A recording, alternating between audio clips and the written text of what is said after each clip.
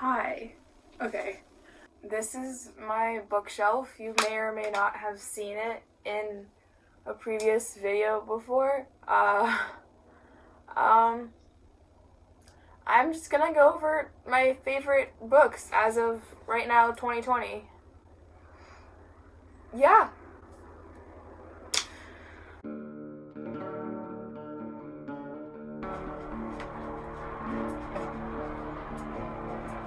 Okay, let's just go over my bookshelf first. There's like this bottom row, and then there's another row up there that you can't see. Top corner, Dr. Seuss from my childhood. I have another childhood corner right there, that one. And then below that one is my middle school books that I really liked and read. No.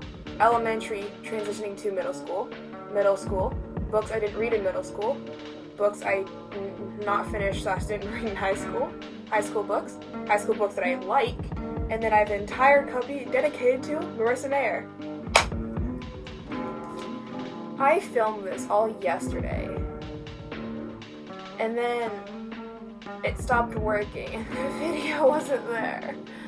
Ugh! Okay, so I'm here for the second time. Hi, welcome. This is my bookshelf. We're going over my books. Anyway, first off to bat, always and will forever be Lunar Chronicles. You should read it. It's take fairy tales, put in a sci-fi world. Also, all these books will have links to Goodreads down in the description below. I feel so weird saying that. Anyway, Lunar Chronicles, right? Fairy tale, but sci-fi. It's really good. I don't know, I'm a sucker for fairy tales in modern world or anything else but fairy tale world. It's really good. I really like it. So you know how when books get big, right? They get redesigned covers, and usually those redesigned covers aren't as good as the original. I'll put up an original for reference here because I'm not digging that out of my bookshelf. But that's right? Okay, then they redesigned it and I was like, damn. But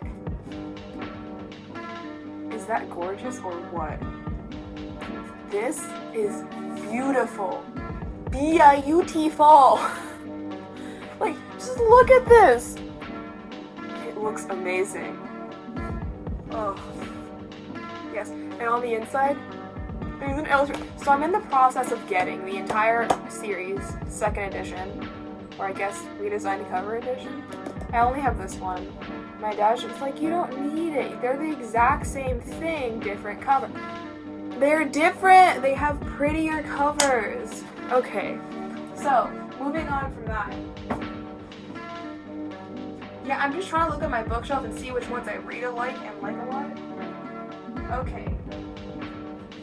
Eliza and Her Monsters by Francesca, Zappia.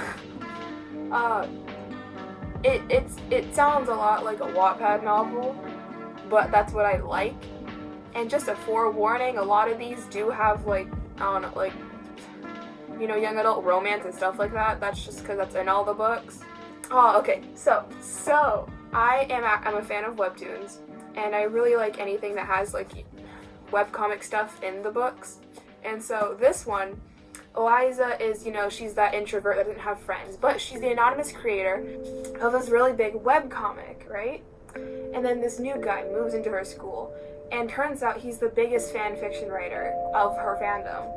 And so they meet, and she basically, gets a friend and gets drawn into the offline world.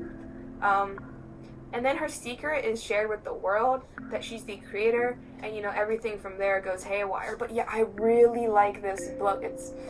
I really like this book because the characters, they had flaws and you could see the flaws. And in a lot of books, it's like you don't exactly see the flaws of the main characters and whatnot. But this one kind of had the characters as real people, even though they had flaws, you still kind of loved them despite that. Yeah. So I couldn't stop reading it. I started it at 9 a.m. in the morning, and I have stuff to do, but I finished it before the night was over. so good. I'm probably gonna reread it in the future. Next on the list. What are my favorite books right now? Not Your Sidekick by... Where's my phone? Not Your Sidekick by C.B. Lee. Okay, that is a very good book. It's, God, I can't even word it the way I worded it in my review, and I don't leave a lot of reviews, so that should tell you something. I only have reviews when it's like a really good book, and I really, really liked it. Okay, I said... Okay, it made me smile and laugh and giggle to myself, like, unlike any other book, and it had so much inclusiveness surrounding the LGBTQ plus community. Like, the character herself is either bi or pan, you know, girlfriend stuff, and then there's also a trans main character who becomes the main, so it's kind of like a trilogy. The first book was like about the first girl, and it was just like, it's really inclusive, and it's Southeast Asian. The main character, what's the main character's name? Is it not Amy? No, it's Jessica. Okay, so Jessica herself is Southeast Asian, and it was just, you know, this might just be on my part where I haven't read a lot of books with Southeast Asian perspectives, but this one kind of hit close to home. I could relate to it a lot as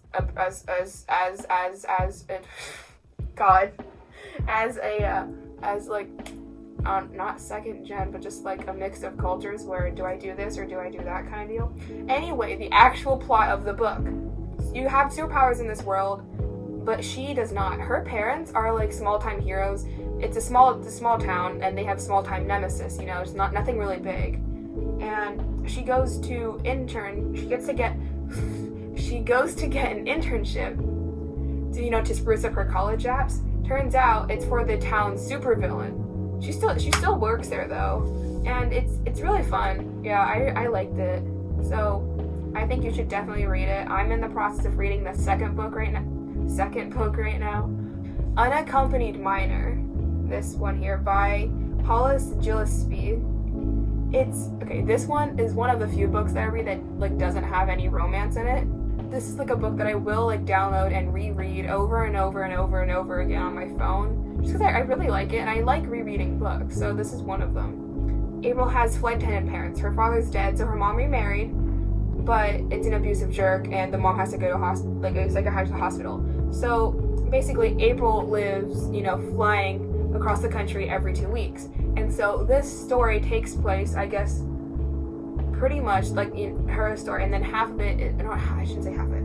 So she flies across the country every 2 weeks to, like, you know, her dad and then her mom, and then her dad and then her mom, and yeah, they have to fight to thwart hijackers, faking a fire, making weapons, and you know they get locked in a cockpit and everything, and it's just a really big adventure or thriller adventure book. But yeah, I really like this. And then another book that I really like is called I Am Princess X.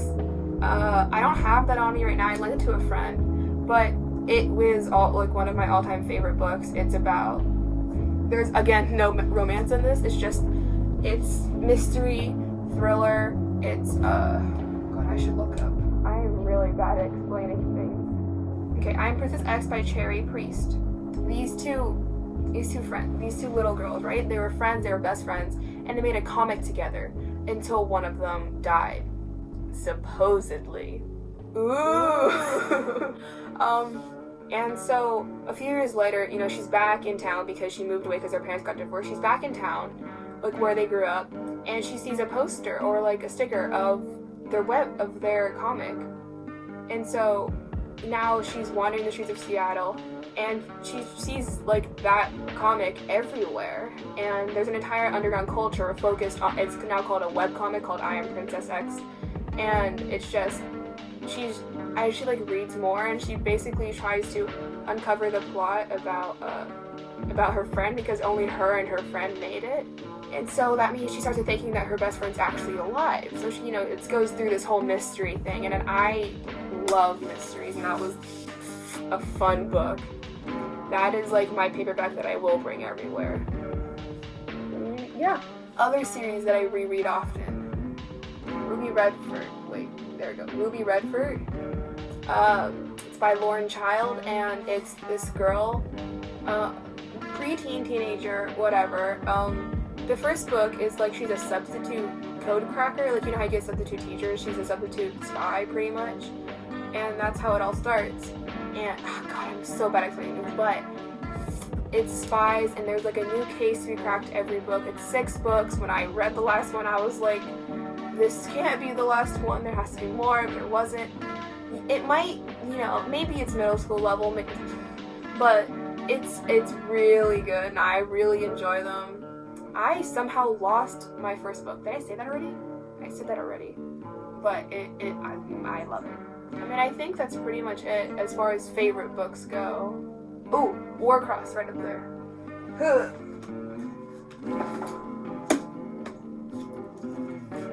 Warcross by Mary Lou. So basically, it's this kind of alternate universe where there are these pair of glasses, right? That's pretty much VR, but you just like put on the glasses and it takes you into the world, and it was this worldwide phenomenon.